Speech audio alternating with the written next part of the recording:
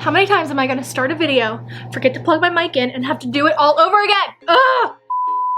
Hello everyone and welcome back to my channel. My name is Emily and today I'm going to be doing another Peloton video. My first Peloton video like blew up on this channel, not in terms of like the internet, but like for my channel it blew up. It quickly became my most viewed video on my channel. I get the most comments, questions, concerns, Instagram followers, Peloton followers, everything from that video. And I had a couple people requesting an update because when I put that video up, I was only like 1 or 2, maybe 3 or 4 rides in. So a few weeks ago, I finished my 100th ride, my Century ride. I got my free t-shirt. I'm part of the Century Club now. And I thought this would be the perfect time to kind of do like an updated tips and tricks and sort of, I guess, kind of like my experience with the Peloton. A lot of people like commented on my YouTube or like reached out to me on Instagram DMs and just kind of said some really nice things. I'm getting a little insecure about this for myself, but I had a lot of people reach out and say how nice it was for them to see someone who looks like them talking about the Peloton and using the Peloton, and that just like that really hit home for me, like as a plus size person who's not super like in love with exercise. I've never had a great relationship with it. It just made me feel really good that I could be kind of like an open door, like it's okay, you can do this, you can get on the Peloton, you can ride it, you can fall in love with this form of exercise if that's what you want to do. So this video is for everybody, but I am dedicating it to all of my fellow plus size babes out there. And you know, guys, I mean, all of you, everybody. This video is for everybody, but my heart especially is in it for my plus size girls. So yeah, I'm just gonna go through like a couple tips and tricks that I've learned after 100 plus rides on my beloved Peloton here. Let's go ahead and get started. Okay, so my first tip, I'm going to backtrack on something that I said in my first video. If you haven't watched that video yet, go watch it. It's linked down below. My cat almost just fell off the chair. I thought she was just like about to like lose it. Anyway, go watch it. It's linked down below. In that video, I talked a lot about the butt pain that comes along with the Peloton. I mean, if you look at that seat, it's not great. It doesn't have a very wide base, so I had read a lot about getting padded bike shorts. I talked about them in a favorites video. I'm gonna take it back. Don't buy padded bike shorts, okay? I'm telling you, they're just not worth it. They're just not, okay? What you're gonna do, you're gonna get your Peloton, you're gonna be so excited to ride it, you're gonna sit on it, you're gonna do like 5 minutes, and your ass is gonna be on fire. Like your butt, your tailbone, your entire pelvic area is gonna feel like it got knocked out by Mike Tyson. I don't know if there's no way to sugarcoat that. That's just, it is what it is. You're gonna be tempted like I did. In that video, I didn't have my seat cover yet. I had a blanket wrapped around the seat. You're gonna be on the internet. You're gonna be like, oh my God, how do I get my butt to stop hurting? I just paid all this money for this and I can't even sit down. Don't waste your money on the padded bike shorts. If anything, get a gel pad like this one that I have on mine and just ride the bike. It's gonna suck. I'm not telling you it's not. It's gonna suck, but you're gonna get used to it. Your butt is gonna get used to it. I don't know if it like calluses or like your butt nerves just go numb or what it is, but you do get used to it. I rode with bike shorts for a really long time. Probably like the first like month or 2 of having them, I rode with padded bike shorts and my gel pad cover. It really doesn't help at all. I don't feel much of a difference between having the bike shorts and the pad and just having the pad, except for the fact that with the bike shorts on, I couldn't connect to the bike. I couldn't get my seating right. I was sliding all over. I was getting, you know, my feet were going numb because I wasn't sitting on the seat correctly. The padding in the shorts was preventing me from having good posture, and having good posture is so important when you're riding this thing if you want to do it right. So I take back what I said. Forget the padded shorts, just woman up and ride it out. Your butt and your vagine area are going to be very sad for the first week or 2, but I promise it gets better. Okay, so number 2 has to do with a question I got from a couple people when I put my first video up, and it has to do with riding out of the saddle. Now, if you have no idea what I'm talking about, riding out of the saddle in spin just means you're standing up and ride. Like when you were a kid and you're on your bike and you would stand up to pedal to look cool. That's what riding out of the saddle is. She very much wants to be involved in this video.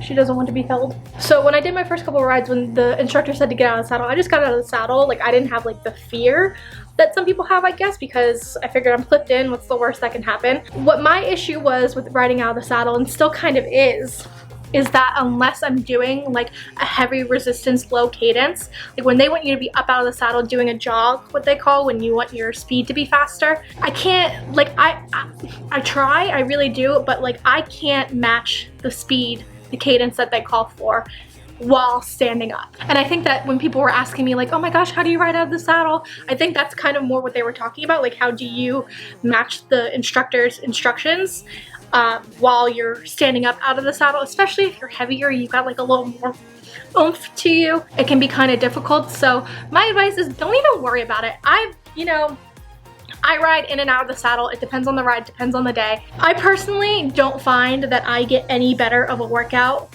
whether I'm standing up or I'm sitting down. If they want me to do, 40 resistance at 80 cadence, I'm doing it sitting down. And that's giving me a better workout than if I'm standing up and I can't go as fast. I don't worry about it. I'm really big into what a lot of the instructors say. They say, I give suggestions, you make decisions. That is my number one thing. It's just doing what you can do to make your workout work for you. I would say if you're afraid of standing up and riding, don't be. You're not gonna break it. You're not gonna fall. You're gonna be fine if you want to try it. If you don't want to try it, then don't.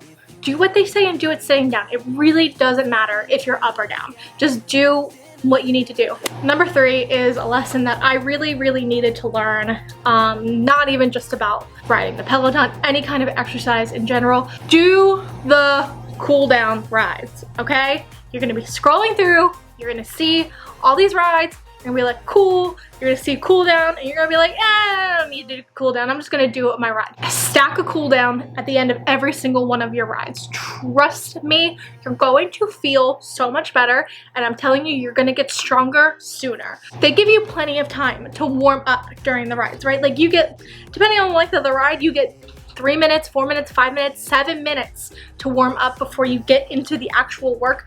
Every single ride, every single one. 1 minute at the end to cool down, and that's it.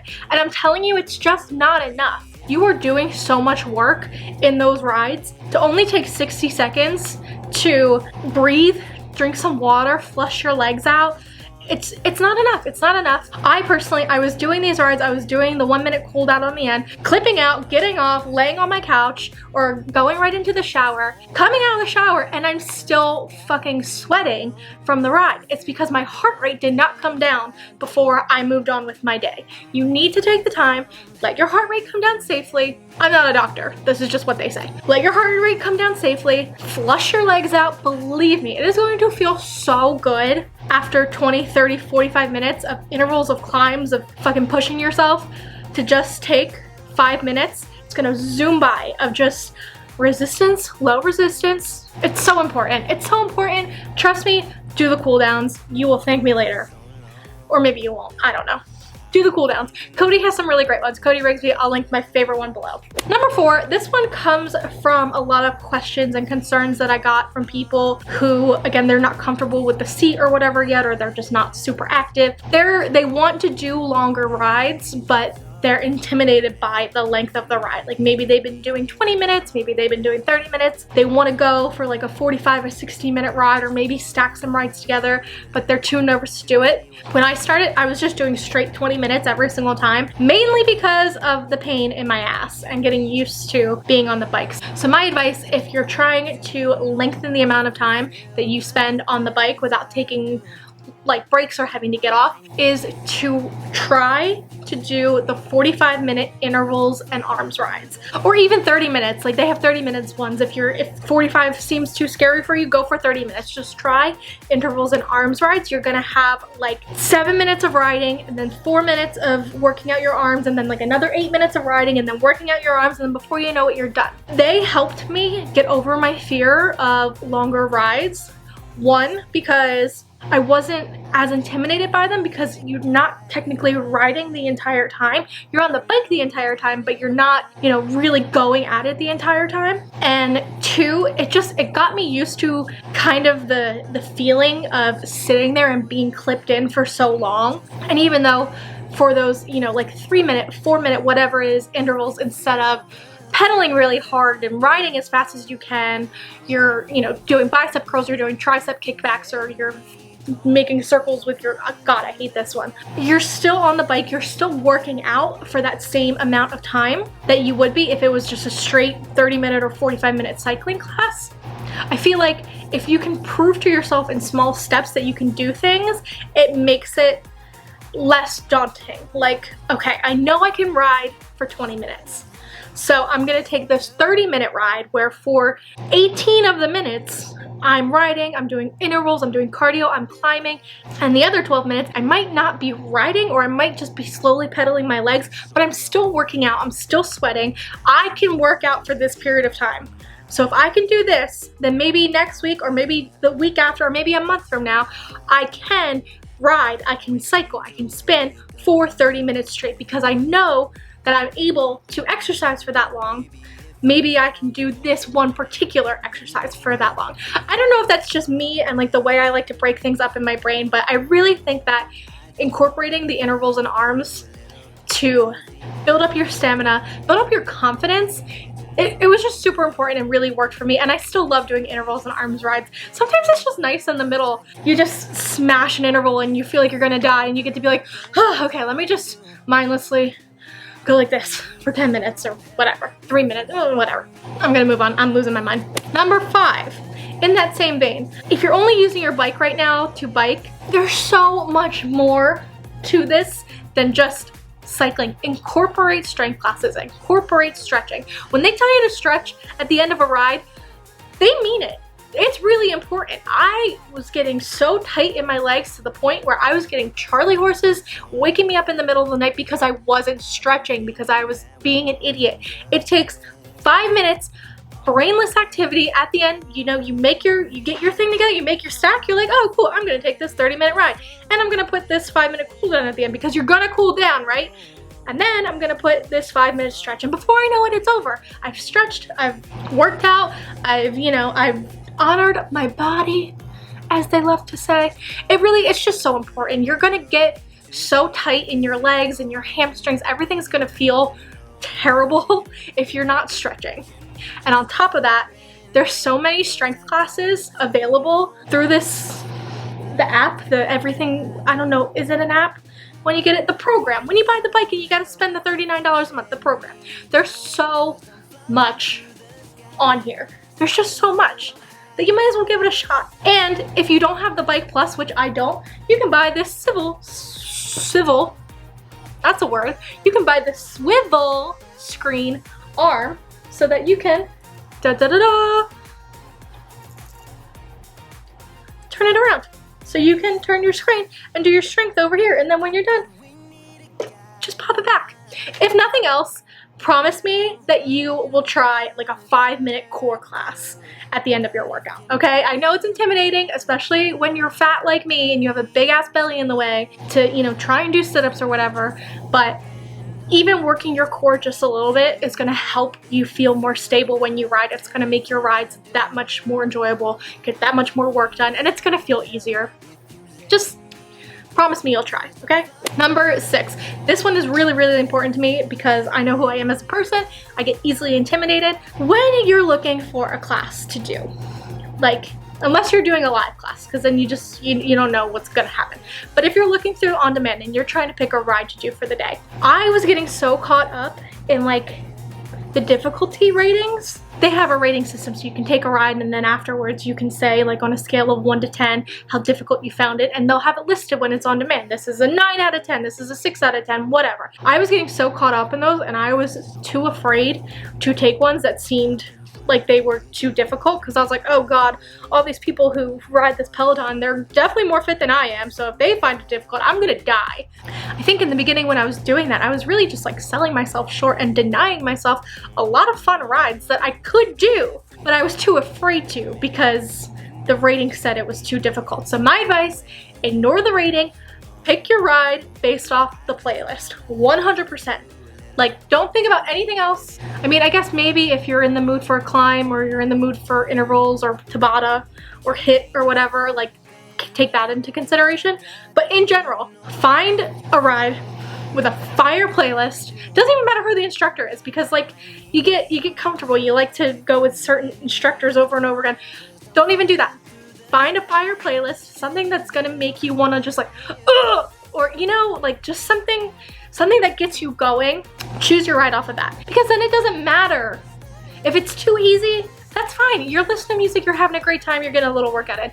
If it's too hard, if the music is pumping, if it's making you feel good, you might be inclined to try something that you didn't try before. You might be inclined to push a little harder and see if you can get a little further than you did before. Or you might think, there's no fucking way in hell I'm doing that, but I'm enjoying this song, so I'm just gonna ride with it. I do that all the time. I swear to God, there are sometimes I'll be riding this thing and they'll be like, all right, we're gonna have our resistance up to 50 and you're gonna go 80 cadence and we're gonna hold that for 2 minutes. And I'm like, no, but I'm gonna do this and I'm gonna drive to this song. You need good music to get you in the headspace to do what needs to get done. So stop looking at difficulty ratings, stop looking up who's, you know, the most difficult instructor, stop doing any of that and just pick your music and go. Unless you're a metalhead and it's your first ride and you pick a Kendall Tool metal ride, don't do that, because you probably will die. That's just a little advice from me to you. And my last one, this is like my bonus tip. Nobody wants to hear this, but it's true. Just ride the bike. It will get easier.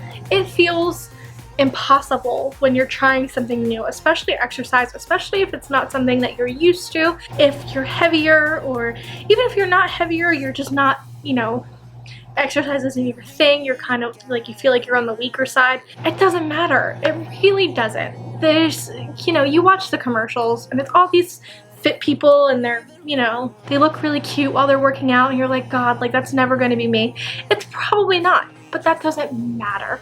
Just honor what your body can do on any given day. And it might be worse on some days, it might be better on some days. Listen to your body, listen to what you need, and just ride the damn bike. That's it. That's the most important thing. I think if you start to think of it that way, you really will get to the point where I'm at now, where I don't think of exercise as a punishment anymore. It's an honor that I have this bike. It's an honor that I get to move my body in a way that I love on my Peloton bike. It's cheesy, I know. It's something that I really needed to hear, and I feel like it's something that someone out there who's watching this might need to hear as well. So that is it for today's video. Thank you guys so much for watching. Thank you so much for watching my last Peloton video and giving it all the love and attention that it's gotten. I love you guys so much. I love having our little community here on YouTube. If you're not subscribed, I'd really like it if you did. It's really quick. Hit the button down below. It's free. Definitely follow me on Instagram. I feel like I don't plug my Instagram enough. I'm always on Instagram stories with fun stuff with my cats. I usually follow a lot of people back. I answer all of my DMs on there. I've made friends with subscribers who have come over to me on Instagram. And also I have a nice little community of Peloton people who I follow and follow me back, and we do rides together. So if you want to follow me on Peloton, it's Emily Shack. You can do that. But yeah, that is it for today's video. I really hope you guys like it. If you like this Peloton content and you want more, definitely let me know. Give me suggestions, give me requests. I will be more than happy to fulfill those for you. And that is it for today. I'll see you all very soon in my next video. Bye!